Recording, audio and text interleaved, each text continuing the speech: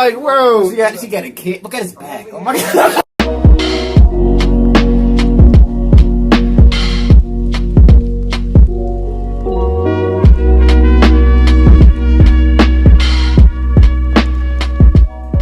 Yo, what's up? Welcome back to another reaction. We're gonna be reacting to the most incredible Bigfoot encounter ever told. Yeah, man. This is Bob Gimlin. You believe in Bigfoot? I believe that there is a chance that there could be some type of creature living in the unexplored wilderness of like the certain regions in the United States and Canada and stuff like that. You know, there's just a lot of sections of woods and shit that people don't necessarily are always in. You believe in Bigfoot? Bigfoot? I mean, why not?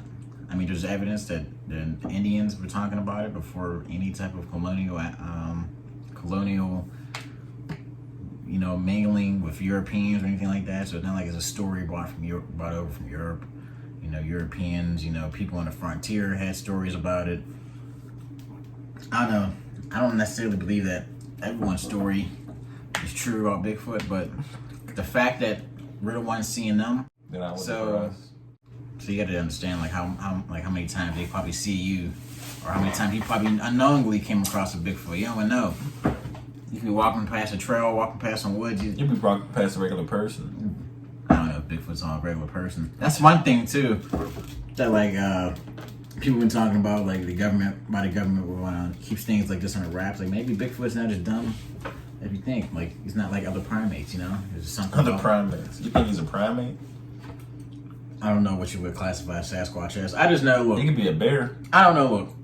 I'm not saying there's some giant hairy ape running around in America. I mean, what apes do we got over here? I mean, but there's the possibility that can be a thing, I think, is not necessarily completely out of the water. I mean, like the only apes that I know of are like us. I don't know. There could be like a secret underground tribe of Bigfoots. That's another thing. But they might live in caves, Look, these dense if you believe in Bigfoot, let us know in the comments. If you don't, you can let us know in the comments. There's a I didn't say he did exist. I say there's a possibility. But we're gonna see what the story's about. They probably like rip somebody. No, I wonder if it's gonna be like scary or whatever. But you look like Spider-Man. Like Peter Parker. Peter Parker. All right, we're going right in. We're to 10K subscribers. Let's go. I'm Bob Gimlin, and today I have a very special video for you. I've been struggling with this video for literally years, but at this point, I've decided that anything is better than nothing. So I'm just going to explain all of this to you as if I'm trying to explain it to an old friend. All the way back in 2018, I received some very titillating emails from a witness to Bigfoot, which is an understatement. He's a lot more than just a witness, and quite frankly, I stopped reading the emails because of any part whatsoever of it was true. I wanted to hear about it for myself. I needed to, I guess you could say. So I made my way to Michigan to speak to the witness firsthand. This was the end of February going into March of 2019. His name is Randy, and he now has his own channel, and he is the founder of Midwest Bigfoot Research, and I'll certainly put a link in the video description, and I'll pin his comment, should he decide to make one. The story you're going to hear is uncomfortable, and it's disturbing. In a lot of ways, it's too much. But one thing I'm completely certain of, well, as certain as anyone can be about anything, I guess, is that Randy isn't lying. There's no doubt about that in my mind. This is his truth, leaving two possibilities. He's crazy, or this happened. Gosh, I kinda hope he's crazy. But I don't think he is. Anyway, all the illustrations you're going to see in this video are drawn by Randy himself to cement this experience and use it to better understand these creatures and the nature of their existence. The events occurred in 1977 when he was 10 years old. Okay, here it goes. It began innocuously enough. With a bike ride, Randy and his friend wanted to bike to the woods to play. It was August, and school would be starting soon, so they wanted to utilize what little freedom they had left. In the woods by Morris Lake, he found this strange network of bushes.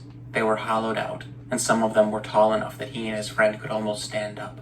This tunneling bush had a central room, and he found old tattered blankets and all sorts of shiny things attached to the walls, and pictures. And perhaps chillingly, Randy noticed that the pictures were the kind that come in picture frames, like the stock pictures to make the frame look appealing to buy.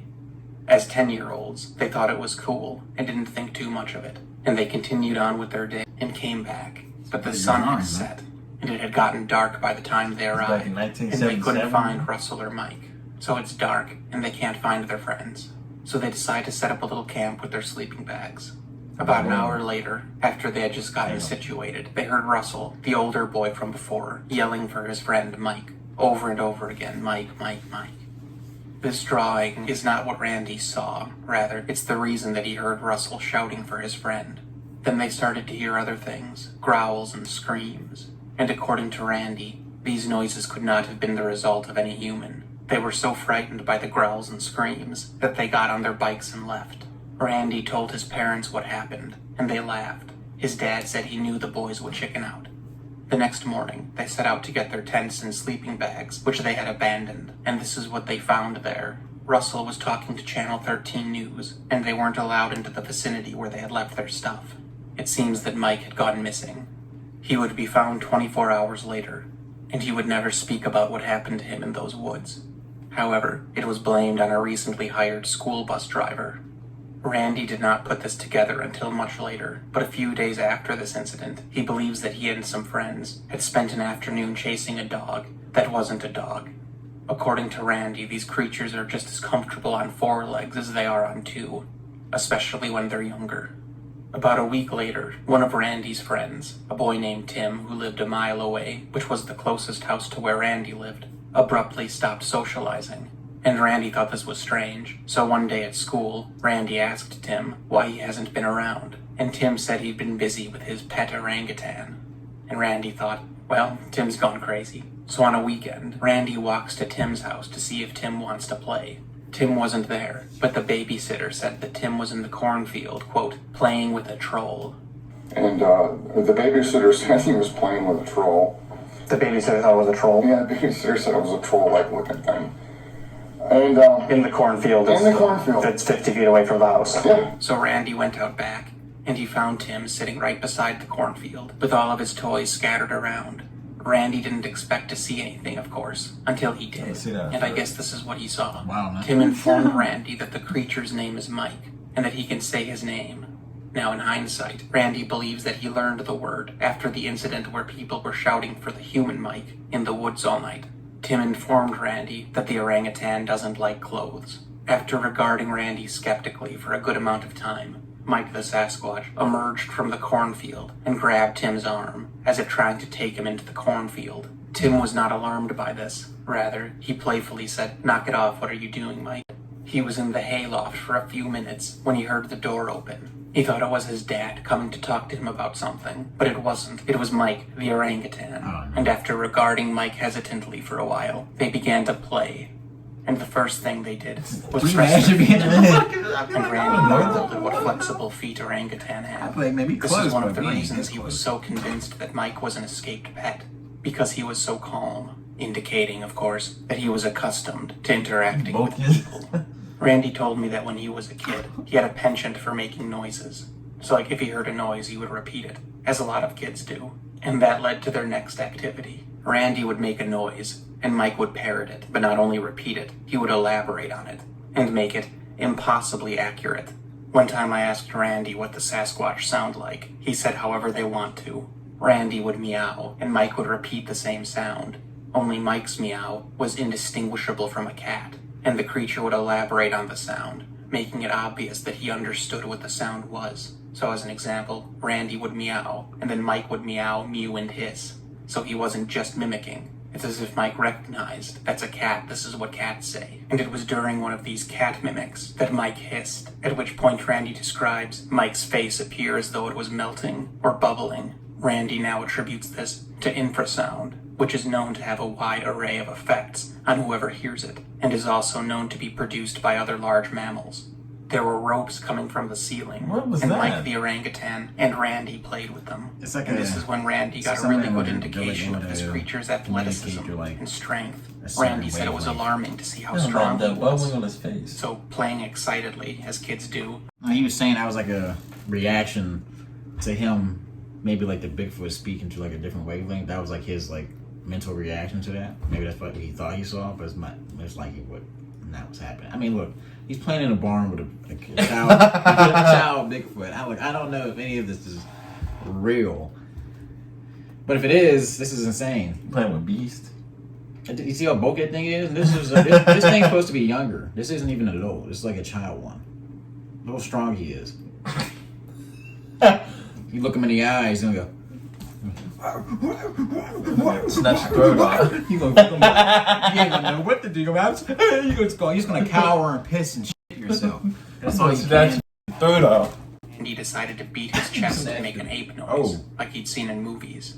And Mike repeated it, and his eyes turned red, and his demeanor became aggressive, and Randy thought he was about to die. And it was during this aggressive display that Randy learned that these creatures have an anatomical feature that I've never heard of before. He described them as tusk-like teeth that elongate from the molars, and they do so consistent with the mouth opening. So it's like involuntary. As the mouth opens, they protrude, and as the mouth closes, they retract. Well, poor little Randy no longer thought this was an orangutan, or at least, not a friendly orangutan, and he went to flee, but Mike wouldn't let him. Again, looking back, Randy thinks that Mike was still only playing, like the mimicking game, where Mike always took it one step further, so Randy beat his chest, which apparently is an act of aggression to these creatures, which Mike repeated, taking it one step further. It's unclear whether or not Randy was actually in danger, and though Randy thinks that Mike was only playing at aggression, that still doesn't mean that it's not dangerous, because normal actions to this creature could certainly prove deadly to a human, which has obviously been documented in other large primates. Much like Harambe. You remember that? I don't think the gorilla was trying to hurt that kid. It's just that humans are less physically capable than a gorilla analog of the same size. And so in hindsight, Randy thinks that Mike was only play fighting. He didn't realize that at the time. And Randy started to scream for his life, but Mike reacted and hopped off him, at which point Randy observed that it was actually Mike's mother, and she was angry. Again, in hindsight, Randy believes she was shocked to see her son fraternizing with a human, and the father was just outside the barn. So Randy now believes that Mike was using his infrasound to try to silence him, because Mike didn't want to attract the attention of his parents, as if Mike knew he was engaging in a forbidden behavior. The female Sasquatch kind of lifted herself into the hayloft, grabbed Randy, and smelled him, with very fast sniffs the way a dog does.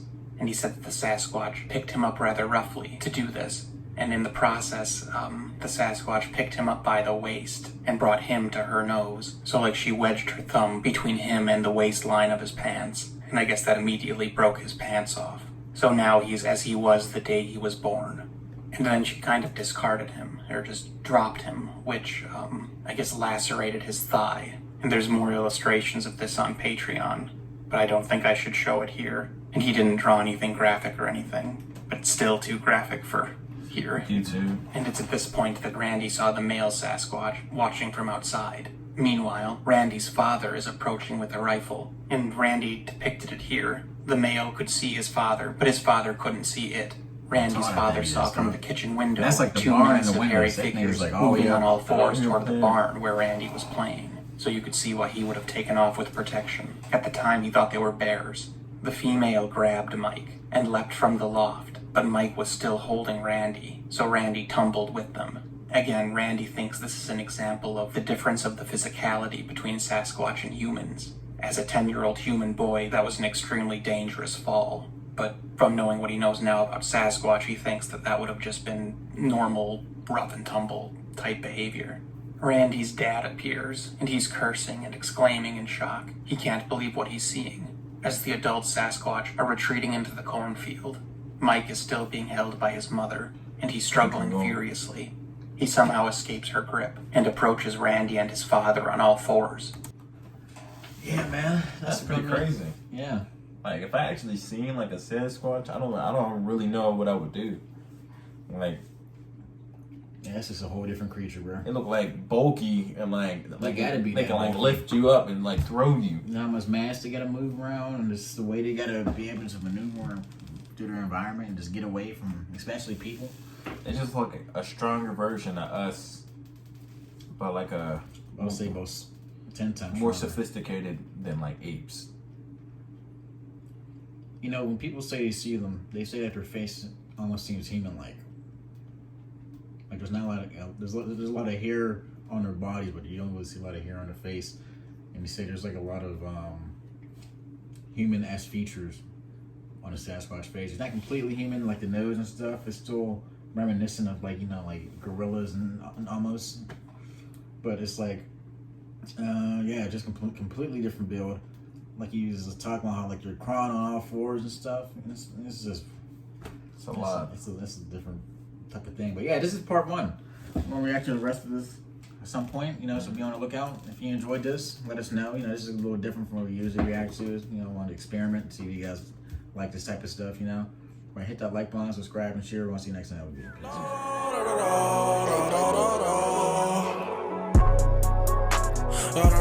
Peace.